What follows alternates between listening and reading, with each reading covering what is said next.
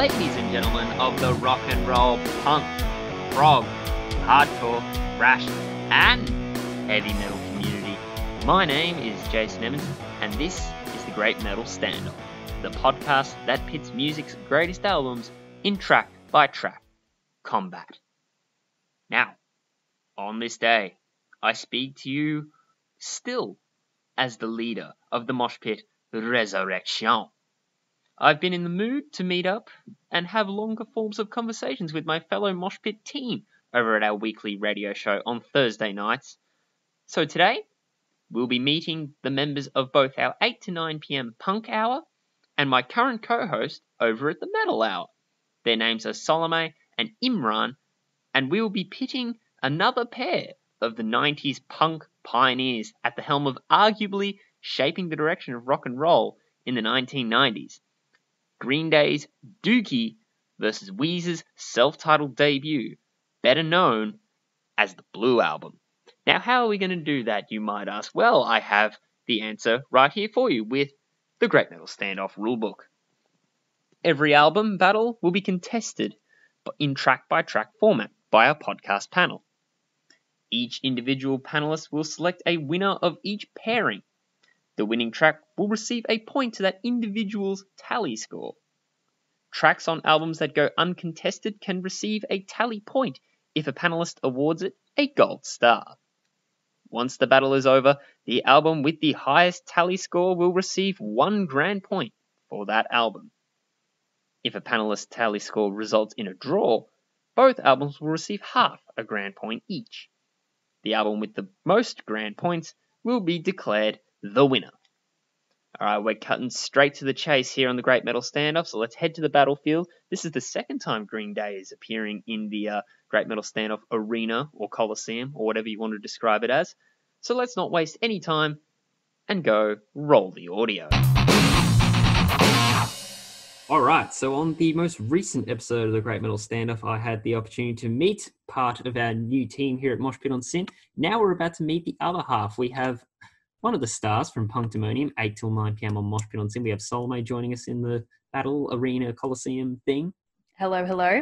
And my trusty co-host across this most recent run here at Mosh Pit, Imran, my co-host on the Metal Hours here. Ahoy, how you doing? I'm doing quite well. How are you guys all doing? Pretty good. Very excited. It's my first showing, Imran's first showing on the Great Metal Standoff. Looking forward to it. Yeah, I mean, probably one of the very few occasions where, we can actually get some long form discussion in. Love a debate, so be careful what you wish for. Hey, well, we banter a lot in between the music breaks over on Mosh Pit, so might as well put a microphone in front of us and just talk music, really. And that's kind of what I want to take this podcast in the future. So that's the journey. It's a journey, everyone. Oh, yeah. That's the dream. Yes. It's just to talk about music all day, every day until you can't anymore. Is that why both of you guys decided to join me on this Mosh Pit Resurrection here at Sin? What brought you guys here? Pretty much my love of music. There's not much else I want to talk about in the world, so why not talk about music? Yeah, I'm in the same boat, really.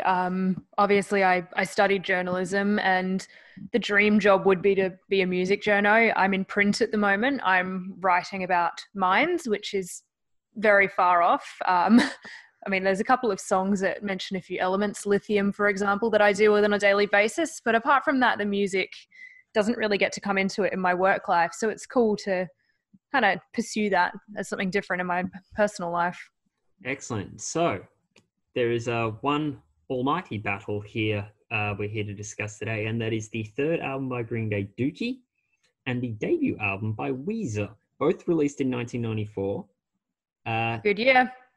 And could you argue that it kind of set the direction of how rock and roll went for the rest of the 90s? I would say so. 1994, yeah. Listening back to the Blue Album, or the self-titled album that went on to be known as the Blue Album by Weezer, I was kind of listening to it going, at the time, I don't remember it making a huge impact on me, but I think the sound, it's almost like it was a little before its time. It's like a lot of the alt rock you would hear on the radio at the moment. So I think that they were really, really good at picking where the sound was going to go. 1994, it was an interesting time for the music world. In May, we unfortunately lost Kurt Cobain. Arguably with him, we lost grunge too, which was one of those sort of post genres. And then it was taking it in that next direction, that bands like Weezer, Green Day, then also like the Foo Fighters and like Blink-182, Sum 41, etc., kind of taking the genre to that next step. And yeah, like you said, Jason, these two albums definitely played a big role in paving the way. I wasn't alive at the time, but I Neither do was definitely I. agree. Yeah, it did seem like after grunge died, the mainstream music really did take a turn from that like heavier sound to the more pop, punk skater kind of deal. I think it's really interesting because it does really derive from grunge as well. It's just like it's a new turn. It's kind of gone back to the roots of like the Beach Boys, the Beatles, but more edgy and just insane. And yes, I know I'm the token old person here. Another reason I love these two albums so much, 1994, the year I was born. So lots of good stuff coming out of that year, arguably. Well, you'd be very likely, it's very likely you could be our encyclopedia for this podcast because you'll be well versed in it. It's part of the upbringing. Let's hope so. Yes. So when I brought you guys in here and you've been listening into the albums, going into this, which album did you think would have come out on top? Personally, I thought it would be Green Day, but that's purely because I've only ever listened to Green Day. I've never actually listened to Weezer before this, so... Welcome to the Weezer train. Yeah. I was thinking Green Day as well. I think because when I think back to iconic 90s, I do think of Dookie as an album. But then going back and listening to them again, like I said, listening back to the Blue Album with my today mindset, I was like, wow, this is actually, you know, A, really good album, B, even better when you remember that this was their debut as well. And yeah, I feel like it would be very well placed to fit into today's music, but it was also still so quintessentially 90s at the same time. So it'll be interesting to see, breaking it down song by song, what comes out on top. I was very surprised that the Blue Album, because I literally know nothing about Weezer. I was surprised that the Blue Album was their first album because I was quite surprised. It was a very good album. Every song just seemed to be like a hit, like one after the other. Definitely. And I think Rivers Cuomo himself has said, you know, he said, look, I know it's not perfect, but it was very real. So for a debut album, you know, we couldn't really ask for more than that as musicians. So, yeah. Yeah. And as usual, we are actually recording. At the time for recording, we're in the midst of a coronavirus pandemic. So we're all doing this podcast in our isolation station, as you would say on Punctimonium Solome every week. But to begin every podcast, we normally have our timekeeper ring the bell. Luckily, we have the timekeeper on our Zoom call right now, about to ring the bell for us from his isolation station. So, timekeeper, take it away. Thank you very much. Okay, let's begin this Great Metal Standoff, Dookie versus Weezer. Let's start with track 1, Burnout versus My Name is Jonas. Oh, this one, it was a bit of a tough one, but I think Burnout's the one for me. That is an immediate smack in the face right there. Well, I have to agree. It's definitely one of those songs that there's just no nonsense, just bang, it is straight into it. There's no little finger picky intros, there's no drum roll, it's just bang. But I think for me, My Name is Jonas does pip it to the post. And I am surprised saying this myself. Again, like if you'd asked me 2 weeks ago, I might have said Burnout. It's a very close battle. I just feel that there's 2 other tracks on Dookie, one in particular, I'll bring them both up later, that might have been a better opener. I don't think there's anything wrong with it as an opener. I just think that there is another one that could have stolen that spot. Whereas I think My Name is Jonas, it's not only the perfect album debut, but it's the perfect debut, being, as we mentioned earlier, their debut album. So, yeah, I think my vote is going blue. The best way I describe this is Burnout is most definitely the shot of adrenaline to get you as like a shot of adrenaline hot start.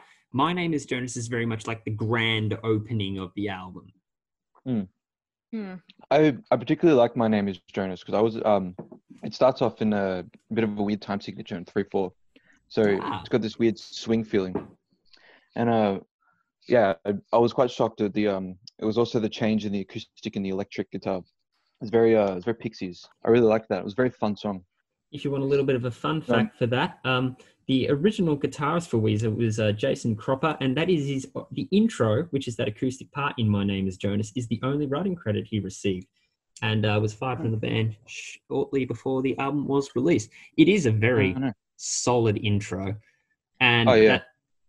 Sorry, Imran, that's probably where I'm going to dedicate my first point to My Name is Jonas, which takes it to a 1-0 lead for Weezer in both. So is it that intro? Is it that only, intro getting you over the line? Because it'd be interesting if it was, because and the grander nature of the song.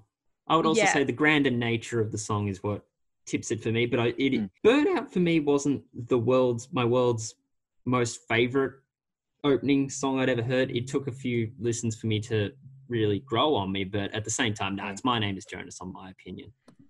Because do you know why the original guitarist left? Why is that?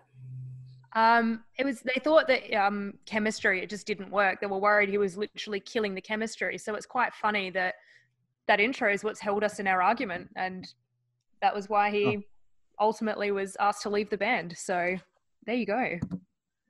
Well, there you have it. But anyway, for Salome and myself, it is 1-0 in favour of Weezer, where Imran has tipped the scale and give it a 1-0 lead to Dookie. Interesting. Well, stand by my opinion. I think it's just it's the most solid, like it sets the tone for the whole album just straight from the get-go. I think that's what makes it such a solid opener, is just that you know what you're expecting throughout the whole album, and it's exactly what you get. That is a solid argument. I have another fun fact about My Name is Jonas. It was actually written about Rivers' brother's insurance problems after having a car accident. Oh, really? Bit of a random reason to write a song, but it's the 90s. Anything goes. Insurance problems. Speaking of insurance problems, moving on, Having a Blast versus No One Else. Now, if we're going to keep this podcast as PG as we possibly can, Having a Blast, in my personal description, is kind of like when a kid gets angry and he says, "I'm so angry, I just want to explode."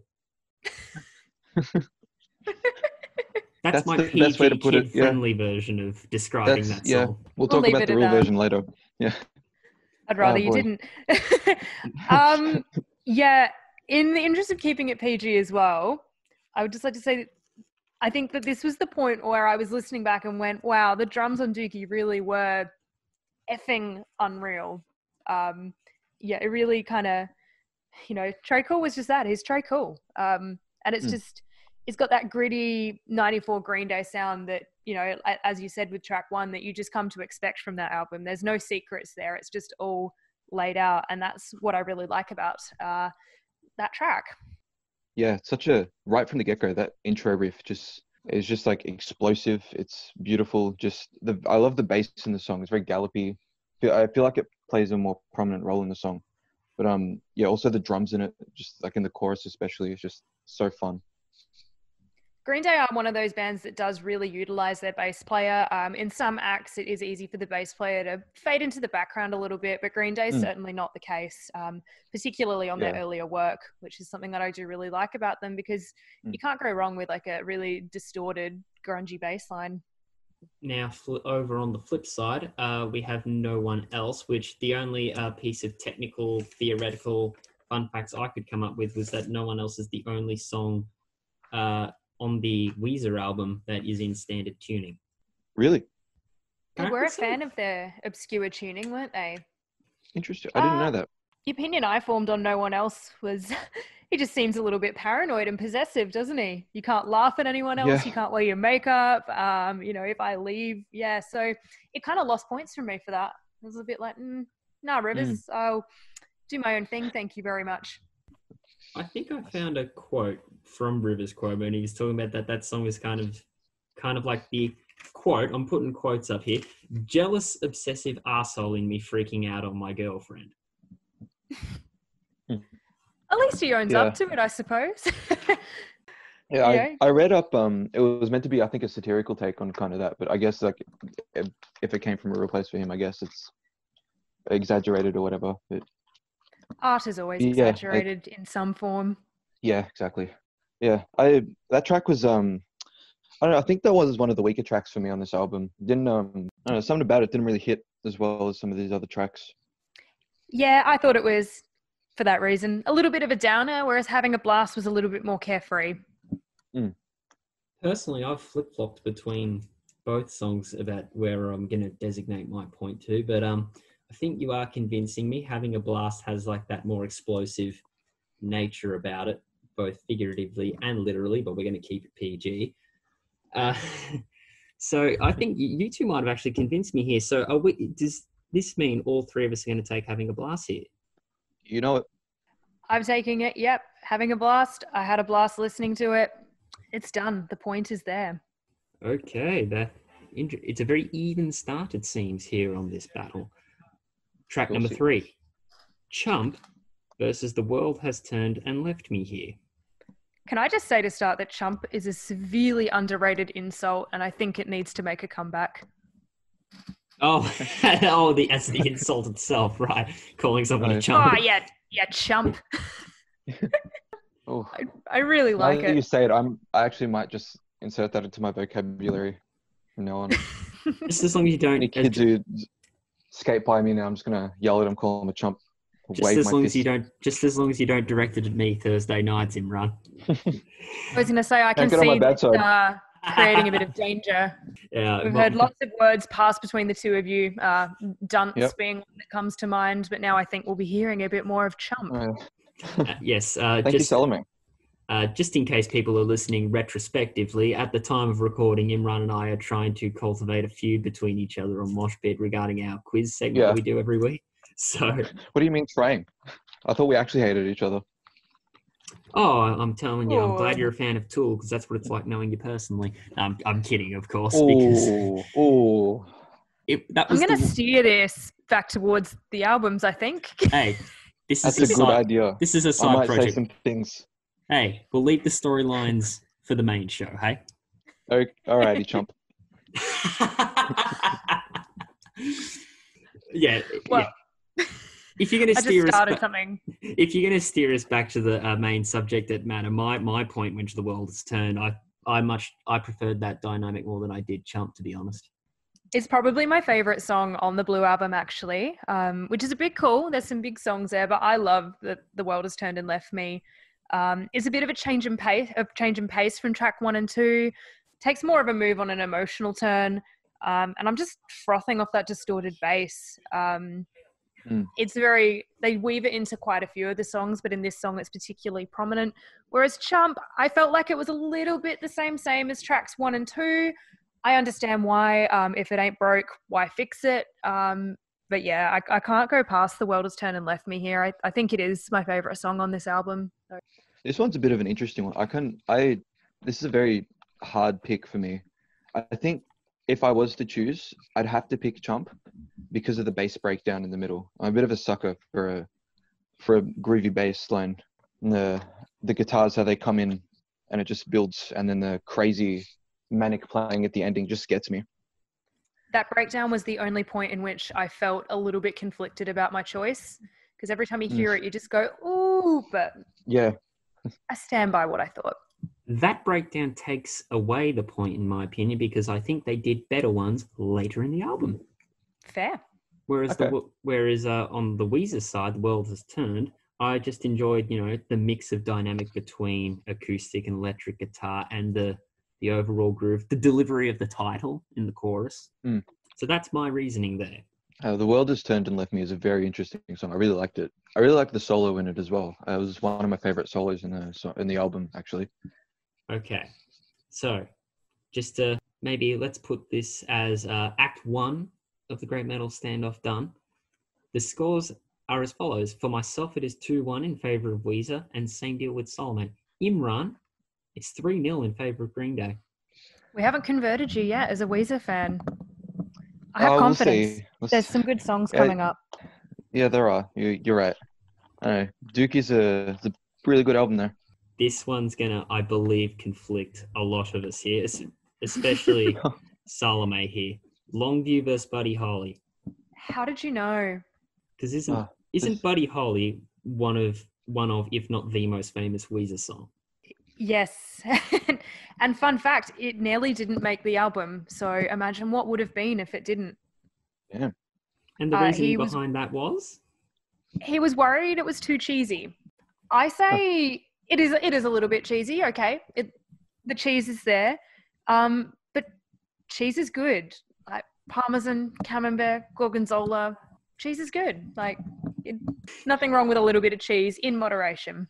This song was Buddy Holly is just right from the get-go. That first line talking about something about his homies, that was the point where I was just like, nah, Longview wins this for me. The song was a bit too cheese for me. I don't see like I've seen pictures of Rivers Cuomo like recently. Like I was looking them up doing research on the band, and I just did not picture that man saying homies ever. It just made me cringe a little. So, and I think Longview is too good of a track to like be a contest for any song really on this album. So I'm not gonna lie. Chump and Longview have a bass line that transition between one another. I'm not going to lie. When that was playing, I did kind of do the Marilyn Manson, the beautiful people, the beautiful people. I'm not going to lie. I did do that once that was playing.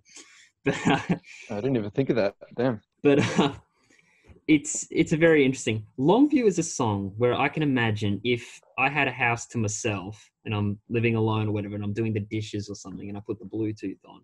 That is the ultimate procrastination song. You're doing the dishes or something like that, and you kind of just dance it around while you're scrubbing and stacking your dishes, and then you'll hop away, maybe grab a broom and just start dancing around. They should have made this like the Mary video Poppins, clip. Yeah, it's very Mary Poppins, like the Mary Poppins rock song, Longview. Yeah. I'm just picturing Billy Joe in his underwear doing the dishes, dancing around, and that is the video clip. I think it really works. That'd be a very good video clip for this song. You should be a director. The direct connotation of Longview is laziness, in fairness. Yeah.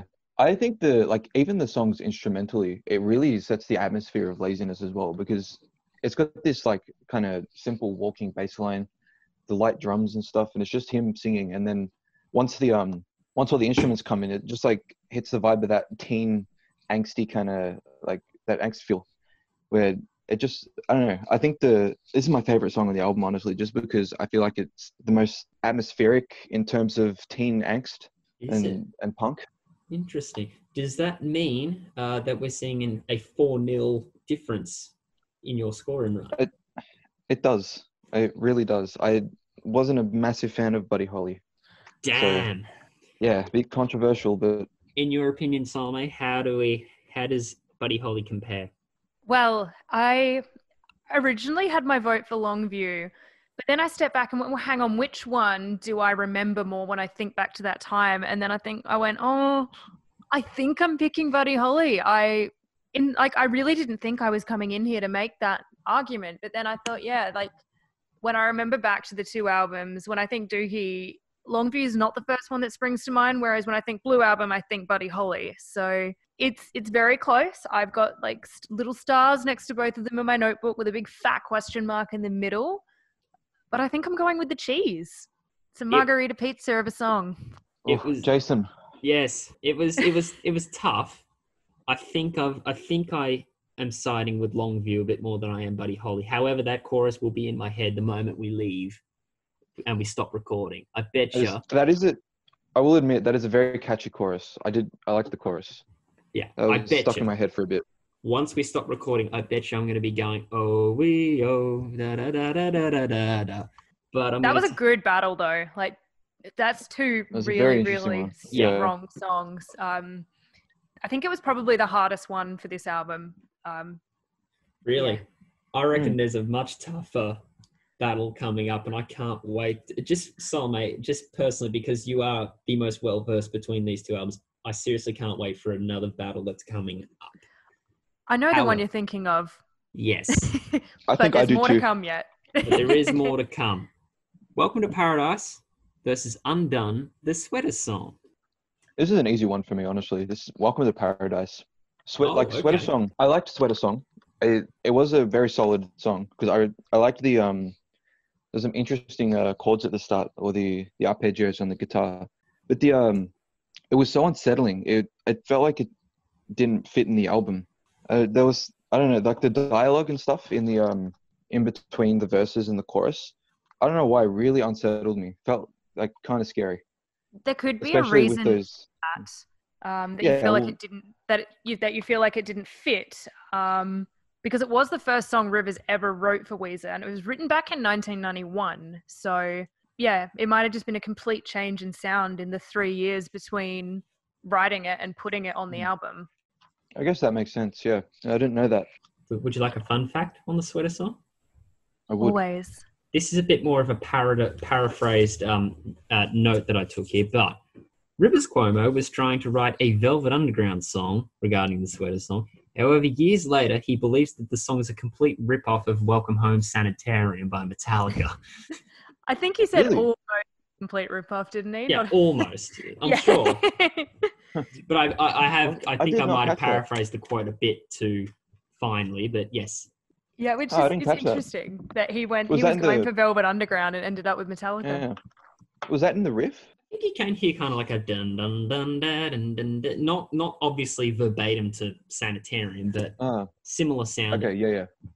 I think I've got the song in my head. I think I can. Yeah. I think I know what he means. Then Interesting. Welcome to Paradise, just oof. That one's just that's a banger. That's honest, best chorus, best hook in the whole song. Honestly, the harmonies in the background is just. So yeah, and that classic jangly like sound as well. We do hear that in more mature Green Day down the track. I think it's very, very iconic Green Day. Very true to themselves, and like you said, it's just such a good chorus. Feel like Buddy Holly, you just can't get that chorus out of your head. Yeah. So It is one of the two albums I thought could have opened this songs, not albums, rather. It's one of the two songs I thought could have opened Dookie ahead of Oh, okay. the track that did open it, which I've already forgotten the name of, Burnout. right. So with Imran, it's now 5-0 in favour of Dookie. Salome, where does your point lie on this particular It battle? lies in Paradise.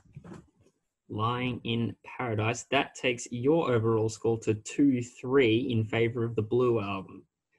For me, it's 2-2, and I think I have flipped between each of them multiple times before we went on air. And I think I'm going to end up siding with... I was about to say Welcome to Paradise, but now I'm not so sure. But do you know what? Do you need some time? I think I'll take it. I'll take Welcome to Paradise, but it's very tentative because I quite enjoy both songs. They're both. I enjoy great songs. both. I think at this point in time, right now, Welcome to Paradise is the song for me. But I wouldn't be surprised if we go off air and my mind changes. But currently, I'm 3-2 in favour of Dookie. All right. Very interesting rundown of scores. Yeah. Next up, Pulling Teeth versus Surf Wax America. This one's well, Pulling Teeth for me isn't a particularly memorable song on Dookie, but Surf Wax America, I really liked the riff. I found it was very reminiscent of I felt like it could have come straight off of something off of Incesticide by Nirvana, which Really? I particularly liked. Yeah, Which one again? Sorry, Pulling especially in the Teeth. verses. Surf Wax America. Oh, okay, right. Yeah, I I felt Pulling Teeth off Dookie wasn't a particularly memorable song, but Surf Wax America I particularly liked. That one kind of stood out to me a bit, and I liked there was a little beat switch in the middle of it with just bass and vocals, which really caught me off guard. So yeah, I think this one might have to go to, what's this album called? The Blue Album. Yeah, sorry. That's him right for you. He's forgotten the album he's reviewing on this show. But you've gone Surf Wax America, have you? Yeah, I think this one a bit of a switch up, but yeah, I think I have to go with Surf Wax America on this one. So that's Imran's first point he's given to Weezer here, and it's Surf Wax It's America. tracks. One in my opinion that I think is one of the more cheesier ones. You take your car to work, I'll take my board. Interesting. Sounds like the dream life that I wanted to live when I was 16 years old, honestly. But I was a little bit the same Pulling Teeth. I don't think it's a bad song. I just think that it was overshadowed by better tracks on Dookie. And again, it just wasn't the most memorable. I think they're both a little bit cheesy, both of these songs. What I really loved about Surf Wax America was like Weezer's Beach Boys influence kind of shining through more than any of the other tracks, for obvious reasons. If the title doesn't give it away enough, it's just very, very SoCal. But yeah, it's kind of Beach Boys with heavier, more distorted riffs. So yeah, for me, I am also going in favor of Surf Wax America, reminiscent to my teenage years spent focusing more on surfing than school. So am I safe in saying that you are going to give your 4th point to Weezer on this particular battle? I am. Well, guess what?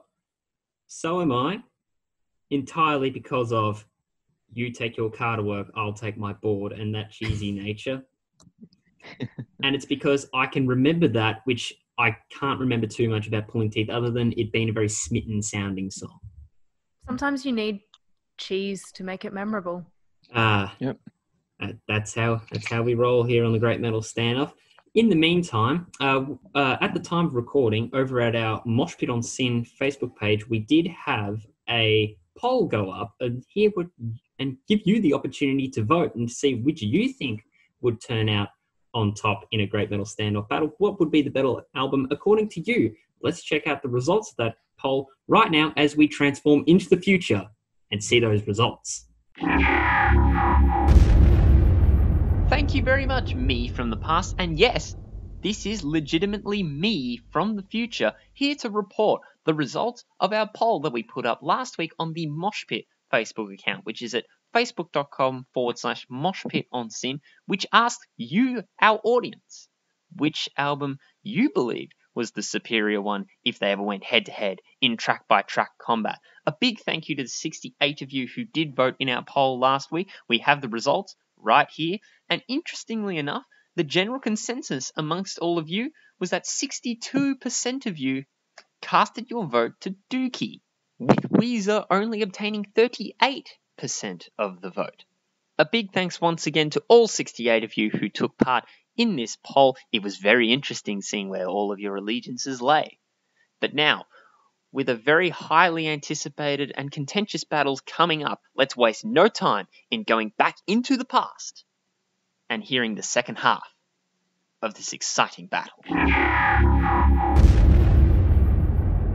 So we're approximately halfway through here, and it is probably the most contentious battle, the one I've most definitely been looking forward to the most here. Basket Case versus Say It Ain't So. When I I'm saw not that looking these two forward match to up, it. when I saw that these two match up, I was giddy with excitement of wondering what conflict this is going to cause. Do you know what I said? Oh. I said, "Oh, Say It Ain't So." That was terrible. So Oh boy. quite clearly, both of these tracks are the biggest or the most successful or most well-known songs on each respective album, with Basket Case being probably Green Day's biggest hit, other than, I guess, American Idiot. And Say It Ain't So and Buddy Holly, Solomon, am I right? Are they the two most famous Weezer songs? I would say so. People loved Island in the Sun. That was a few albums later when they kind of slowed it up a bit. That's a little bit of a cheesy summer wedding song, maybe. But yeah, I saw after the battle at track 4 between Buddy Holly and Longview, and then when I saw 7 again, when like yourself, when I saw these two match up, I just kind of went, "Oh, you got to be kidding me!" No. Yeah, this is. I still haven't made a decision yet, honestly, on what wins this, because Say It Ain't So is probably my favorite track off of the Blue album. I agree. And I'm with you there, Basket Case is just a classic. I can't. It's how can you hate that song? It's a perfect Green Day song. In every sense of the word, it is the perfect Green Day song. The only thing I hate about it is that it's making me make this decision. So interestingly enough, I don't necessarily share your conflicted nature to this, because when I listened to the album from front to back for the first time, which was in the making of this podcast, when I got to Basket Case, I actually wrote this question that I wanted to direct to you guys. What makes Basket Case the standout that has resonated with millions over all these years? I think it's just the opening line. Like, do you have the time to listen to me whine? What a way to start a song. I think it's even made like those compilations on the internet when people say, what is the best opening line to a song? It's made it on several lists. I think it's a little bit like we were talking earlier. It just hits you in the face straight away. What would you say, Imran, about why it kind of stuck with people as the ultimate Green Day track? Look, personally, like, I don't know particularly why it stuck with a lot of people. Personally, for me, I think it feels like, for a Green Day song, it's catchy, it's interesting, and for me, it sounds like a ballad. It's not a ballad, obviously. It's got this feel to it that, like, in terms of the way it's structured, the way the instruments, like the chord progressions, the melodic lines in it, everything about it to me screams ballad, except it's not a ballad. It's just like this weird 3-4 minute punk song by Green Day. And I don't know, for me, that makes it the most interesting thing, is it feels like it's got all of this potential and this big cinematic feel crammed into this small punk song. And for some reason that just stuck with me. This is the song I thought should have opened the album. I think Really? it just has that impact straight away. I don't know. It seems a bit I'd have to weird. disagree with that, to be honest. I think it's placed. I think it's quite nicely placed because it kind of evens out the album with all the the more forgettable songs, like the lesser known ones. So I feel like I don't know. Maybe it's the meaning behind it too, because Billy Joe Armstrong has said it's about, battling anxiety, confusion about sexuality as well. And I don't know, if I were anxiety and I had Basket Case come at me, I would run. It was a really strong way of combating, a really, tough inner battle. I guess that's also another answer to how it's resonated with so many over all this time. Definitely. I think to see, someone that's a hero of yours also going through something that, fans might be, I mean, A, it shows that they're human as well and you're a lot more connected, and B, that you're not so alone. So I guess that's why it's so timeless as well. I feel like there'd be kids today that would still be loving Basket Case just as much as I was in the late 90s. Now, if we turn the tide a little bit to Say It Ain't So, what I found really funny listening to this the Blue Album entirely from track 1 to track 10 is that we've gone from Surf Wax America, which is, as Selma, you said, it was a Beach Boys influence. Is that what you said? Yeah. It's like that cheesy lyric writing of, you take your car to work, I take my board. When you run out of fuel, I'll be still afloat, or to that extent, to a song that is apparently from when Rivers found alcohol in the fridge belonging to his stepfather. What a shift. I think that's why I like the Blue Album as a whole so much. I feel like Dookie, again, it's very themed and it's a very cohesive journey. It all kind of runs off one to the other, whereas the Blue Album, it does have those random shifts. It's such a roller coaster of an album. And again, like there's no better or worse way of doing it. Some albums are a story that start to finish and it's all very, very structured, like Dookie is, and then others are just a complete, just journey that's not at all. A selection of songs that take you up and down with peaks and troughs. Yeah. Yes. That's the way I'm trying to also run around the bush. I'm Weezer telling the story. I'm going up and down way too much. And it's also Weezer being a lot less kooky and really addressing something very serious, really down in reality. I'm struggling with the vocabulary, but hopefully you can understand what I'm trying to get at. But then they're both kind of on those themes, aren't they? They're both pretty heavy songs. Serious side of it. Maybe that's maybe that's the big significant thing about track 7. That's where you bury that big emotionally filled tackling a bit of a battle that you've had in your life track. It belongs at number 7. Yeah, and these songs are definitely songs that can help people, deal with it and overcome. And also, luckily, nowadays in 2020, we have Beyond Blue, 1-800-RESPECT that also help you with. So, hey, they're an extra mode of support, you could say. Now, I think we've been delaying it long enough. Where are you giving your point to? Salome, go first. Oh, I was going to On your say time. someone else go first. I can go first because Okay. I'm not as Jason. conflicted as you two are. Because as much as Basket Case is as timeless of a song to millions, it's not my favorite song on the album. So I'm taking Say It Ain't So. Fair enough. Ooh, I don't like this. Salome. I should also mention, before I even listened to the Blue Album entirely, Say It Ain't So was the only Weezer song I listened to, but I really enjoy it. But still, that's my point. It's going to Say It Ain't So. And for me, that takes it to 4-3. I guess I should go next. I don't know. I love how mournful the chorus is, and I love the distortion. I think that's the only carrying theme on the whole Blue Album is the continued distortion. Everything else, like we've said, is so up and down. But I think I have to go with Basket Case. A great battle it was, but yeah, I'm sticking with Basket Case. Imran. Oh no, this is so conflicting because there's so many positives, and I've got nothing negative to say about both of these songs. It's like the solo in "Say It Ain't So," it's perfect, but Yeah. I don't know, the fact that Basket Case just feels like a ballad and it's catchy. But Say It Ain't So has like that ballad-like solo, doesn't it? Oh my god, can we skip this or do I have to pick now? I struggle with Welcome to Paradise and the Sweaters song, Imran. Oh no, all right. Okay, look, I've known Basket Case for longer, so I'm going to pick that one. Just Okay. because I think I resonate with that one a bit more. Okay. It's a very tough decision though. This is like picking a favorite child. It's devastating. I think you used the same technique I chose in Buddy Holly just overtaking Longview. I was like, okay, which one resonates with me more? Like, because again, there's nothing negative to say about either song. On the battle, there is track 4 and track 7. So. Yeah. Well, I'm glad that's over. I'm glad you think that's over because the track 8 battle, I have flip-flopped numerous times in the making of this podcast. Yeah. It is She versus In the Garage.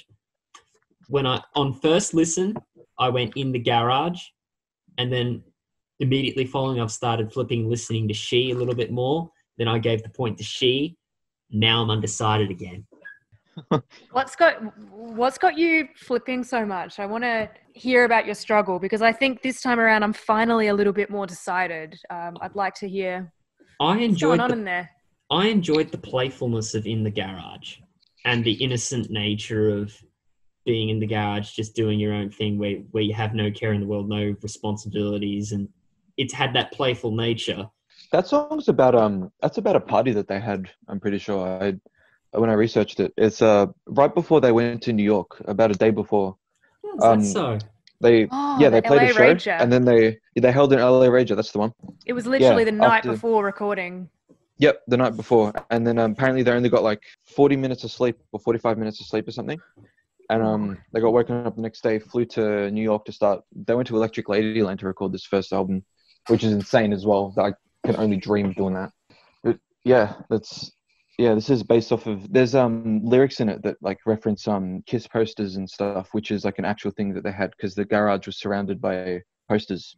Yes, and there's also a reference to Dungeons and Dragons with I've got my D&D Master's Guide and the 12-sided die. Can I just say now that I think Weezer's genre is nerd punk.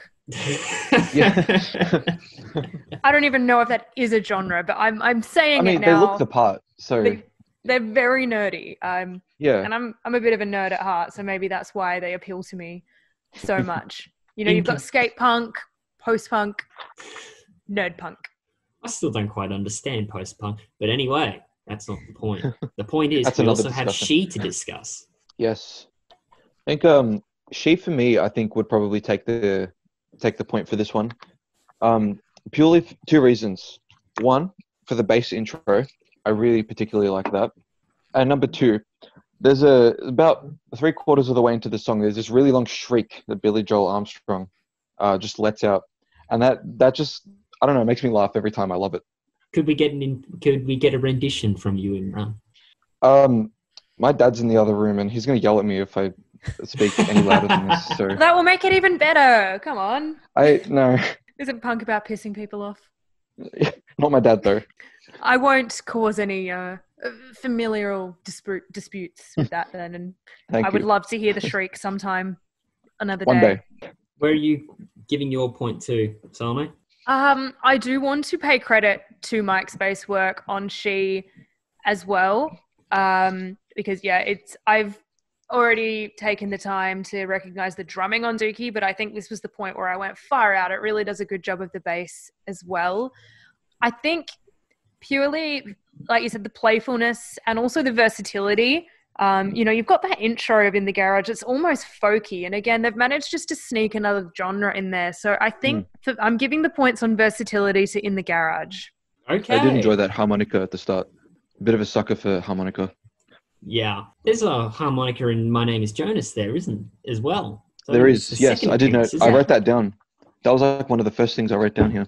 Okay. So therefore, on that note, that has led to a margin of 5-3 in favour of Weezer for Salome's tally, where it's actually at 6-1 on Imran's side. Or we should make that 7-1 since you've gone with She, haven't you? I have. Don't dodge it, Jason. What's your decision? I think it's going to be In the Garage. And that takes it to 5-3 on my end as well. Okay. Now, next up is probably the low point on both albums, in my opinion. Sassafras Roots versus Holiday. Yeah.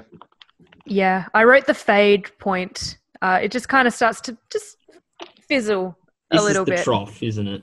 Yeah. Yes, definitely. I love the reason. Sorry, go on. I love the intro of Holiday, but I think from after that point, I just kind of went, it's okay. It's nice. If I heard it on the radio, I'd probably be excited when you hear a song you like on the radio, but it's not the same when you go home and listen to it. And probably the same for Sassafras Roots as well. Just, yeah. I think the only reason I'd have to give this to Sassafras Roots. Oh, that's a tongue twister and a half. Purely because the name is just really weird. I don't even know what it means, but it's try saying that 5 times fast. It's really fun. But yeah, I'd have to also agree with Do you actually want me to do it or not? Do it. There you. 5? Sassafras Roots, 5, Sassafras yes. Roots, Sassafras Roots. Nah. I think we should quit while we're ahead. Yeah. Yes. Yeah, Don't I was make me going to do that say, again. I agree with Salome in the intro for Holiday. I did enjoy it. It's kind of swingy. I liked it. But it was a bit repetitive and generic. Bit on the nose too. So I'd have to give this one to Sassafras Roots. Okay. My personal opinion, Holiday's a bit on the nose, but Sassafras Roots I just don't relate to at all. I know it's like a song where it's about, how if we're wasting time together, why not we just hang out together and waste each other's time? I don't really buy into that. So I think I'm only going to take Holiday just to spite Sassafras Roots, which is kind of what happens on this show when I don't like both tracks. I'll just go with one just to spite the other. Kind of like an election. This is a music podcast, Salome. Sorry, it just got me thinking. Now I'm on the fence. I think I'm in the same boat as you. I don't really relate to either song. So it's not a matter of which one. It's not the battle that I had at track 7 of which one do I love more. It's which one do I don't know. Consider the least worse. Yeah. I think I'm on Sassafras Roots. Okay. I'll say it. I'm not confident. I could come back next week on air and say I've made a huge mistake, but we'll leave it for now. I'm looking ahead to what's coming up because we are now at the end of the Blue album. Yes. But we're only on track 10 for Dookie. Now, the problem is, on the last podcast I did with Jacob and Tat, we did Iron Maiden's Number of the Beast versus Black Sabbath's Master of Reality. Jacob scored 4-4, which resulted in a draw of 1.5 each. And I'm looking at that. I'm looking at this list and what I want to designate for the rest of Dookie, and I'm thinking we're running the risk of that. But that's then, and this is now, When I Come Around versus Only in Dreams. And for me, it's a no contest because When I Come Around is my favorite on the album. Yeah, that's When I Come Around is my favorite song definitely on the album as well. And I think it's an easy contest against Only in Dreams because I felt like that song went for way too long. That song, I agree with you actually, Imran. I thought that song dragged a bit. It went up and down and up and down, and it had. Yeah, it should have ended halfway through the song. I have a question. Is this a Yes. Tool fan accusing a song of going for too long? Okay, no. There's a difference. Oh Don't no, I've get just me opened started a on can this of because worms. do not get me started. There's a difference between dragging a song on for too long and making a song 12 minutes when it should be 12 minutes. You swallowed that bait whole before I'd even cast the line into the ocean. That was exactly what I wanted to happen. Oh no. If we want to That's just, oh god. if we can move on just very quickly, just so it doesn't turn into the great roast of Imran and his long song subjective outlook. I'm in the same boat. I'm on team when I come around. Now I'm starting to worry a little about what is going to happen later, this being the end for Weezer. It is a good way to end the first album. It did drag a little, but I really did like the acoustic work woven in with the electric work. It was quite dreamlike, but yeah, you can't go past When I Come Around. It's another just classic Green Day doing Green Day best song. So Do you know what's funny? Do you know how I first heard this song? When How I was Come that, Around Jason? or Only in Dreams? When I Come Around, it was when I used to have my alarm set to about 20 past 7 in the morning. For some reason, it came up on the radio, and the main riff of dun, dun, dun, dun, dun, dun, dun, dun, that was kind of like the way it woke me up, and that was my first time ever hearing the song. It was Really? it was the When I Come must have been Around traumatic. riff waking me up, and I could not imagine. yeah, it was on. That's such a good riff, but to be traumatized by waking up in the morning when you're all like, you don't want to wake up and you're all groggy and you're just like, I don't want to listen to anything right now. Well, And I it's one of the set my greatest alarm songs to in the the rock album. radio station, so I kind of knew what I was in for. Fair enough. That's on you then. Yes, and also just and another story. At the time, I was doing a film course over at RMIT University, and we were doing a film shoot, and we were out in Eltham, and our production team had a mature age student who would have grown up with Dookie. So when we were just playing tunes during one of our lunch breaks, I just put When I Come Around on, and this mature-aged adult student started bopping his head along. And out of all of us kids, it was this guy kind of just rocking out to When I Come Around, and that was quite the sight. Oh, it reminds me of Very me nice. bonding with my primary school teachers over my love of David Bowie. Is that one cooler old person that likes what you like? It's Yeah. Okay, I so now, think I've bonded with many teachers with my music taste as well. we've reached the end of the Blue album. The scores currently stand as this. Imran, let's put it this way: it's a complete landslide right now. It's 8-1 in favor of Dookie, so it's just a foregone conclusion that Dookie's going to get a What can grand I say? point from you. For What can I Salome say? and I, it's going to be an interesting contest heading into the final few songs and see where we designate, if we choose to designate points to the final few songs on Dookie, because for myself, it is 6-4 in favor of Dookie, and for Salome, it is 5-all. oh my gosh, am I on 5-all? Yeah. Oh What have you no! done? How does it work from here? Maybe I should have voted So, for Holiday. Crap. If you really enjoy the following few songs on Dookie, you can, if you think it is worthy of a point, give it a gold star. It's all down to a matter of choice, because if you don't think it is, you don't need to give it a point and the score remains unchanged. So it's whether you want to seek this out again at your own fruition and if you think it's worthy of a point. So the Okay. first one up is Coming Clean, uncontested. Half of me really wants it just to be a fair fight, but the other half of me, I know that we were saying about how Only in Dreams is kind of where, well, and Only in Dreams and Holiday was where the Blue album started to fizzle a bit. I feel like this was where I won't say I lost interest, because I do love Dookie as an album, but I think it was the point where I just allowed myself to get a little distracted. You know, you sit down, you listen to an album, you're listening very solidly at the beginning, but then, you know, you get maybe at around 8-ish tracks in and you kind of just go and do other things in the background as well. That was kind of the point that I got to here with Dookie.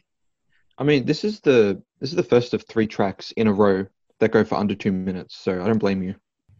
Oh, Well, yeah. What's your overall take then, Imran, on Coming Clean? It's a bop. It's nothing more than just a classic Green Day bop. That's all we can really say, isn't it? Yeah, there's not much I could think of apart from it's something I just bought my head to, and that's about it. If there was a It does. Weezer song that did go up against it, do you think Coming Clean would get a point? Would depend on the Weezer song. Okay. For me, looking back at everything on the album, I probably would say I think more Weezer songs would beat it than wouldn't. Like there might be one that I'd go, yeah, Coming Clean's better than that. But Yeah, I think I'd have to yeah, agree with that too. like poor old Say It Ain't So coming up against Basket Case. If it was against Coming Clean, it would be a no contest. Okay. Yeah, exactly. I'm kind of with both of you. I don't think I'm interested in giving this one a point. Fair enough. Is anyone willing to give a point to, how do you pronounce this? Emerus Sleepus? Amenius Sleepus? Amenius Sleepus. Maybe? Thank you. I think. Don't quote me on that. Once again, as you said, Imran, less than 2 minutes. Yep. A minute 43. I wrote it down because I listened to it and I was like, that was quick. There's, once again, not too much I really think of. Nothing really jumps out at me on this song as well. I think this and Coming Clean for me kind of goes together with whenever I listen to the album, these two kind of just have to be in order. Right. It's like two songs that kind of mash into one almost, even though they're two different songs. It's just it's one of those things that just kind of have to go together. Yeah, I was very in the same boat. And I think because they're both very short songs as well, it was easy to kind of, in your brain, especially because it's something from so many years ago, for it to kind of just slush together. I would have been more willing to give Coming Clean a point than I was, again, Emenius Sleepus, I think we're saying it correctly. So, yeah, I'll pass. Okay. Yeah, I'm in the same boat. I was willing to give this one a pass too. However, this one I was willing to give a point because the pace quickens and it gets a little bit more exciting. It's kind of like Burnout, where it's the second wave of adrenaline that hits the album. In the end, this is another song that's under 2 minutes, but I did particularly like this one. It's very catchy. It just comes out of nowhere. I really like it. It's getting a star from me, by the way, Imran. Damn. Damn, son. Yeah, I think a particular thing that I particularly enjoyed about this was the lyrics in this, like the lyrical phrasing, really works well with the rhythm of the song. It just like it hits kind of each beat, so it just flows like so. It's almost like a river. It's got a really fast river. Salome, thoughts? Again, I'm tempted because the change of pace is really appreciated after the sort of trough point, but I don't know. I don't give out gold stars very easily. They're kind of, it's like Halley's Comet. It only comes around every so often. So I think I'm going to have to stick to my guns. Damn. Okay. Imran, were you gold starring or not? You know what? Probably not, actually. It's a great song, but I don't think this is a song worthy of a gold star. Interesting. I, just as a reminder, am going to give it a gold star. And for me, that has made an interesting difference to my score, where Weezer's Blue Album is still at 6. However, Dookie's at 5. Oh, catching up. Ooh. Imran, obviously for you, no change. It's at 8-1, so that's getting a grand point immediately. I don't think Weezer's coming back from that. At least on one side of the panel. This is one of the deciders because as much as this may be the final track, at least when you get the CD and you look at the track listings, there's something else at play here.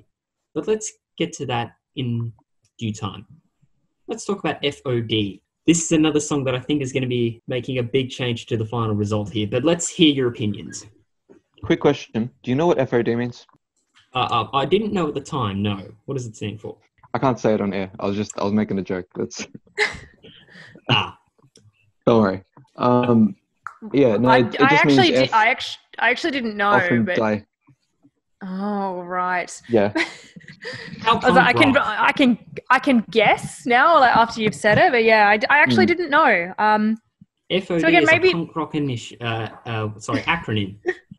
Yeah. This song is just sheer, like, this is the epitome of, like, I don't care about anything in the world. I'm pure punk.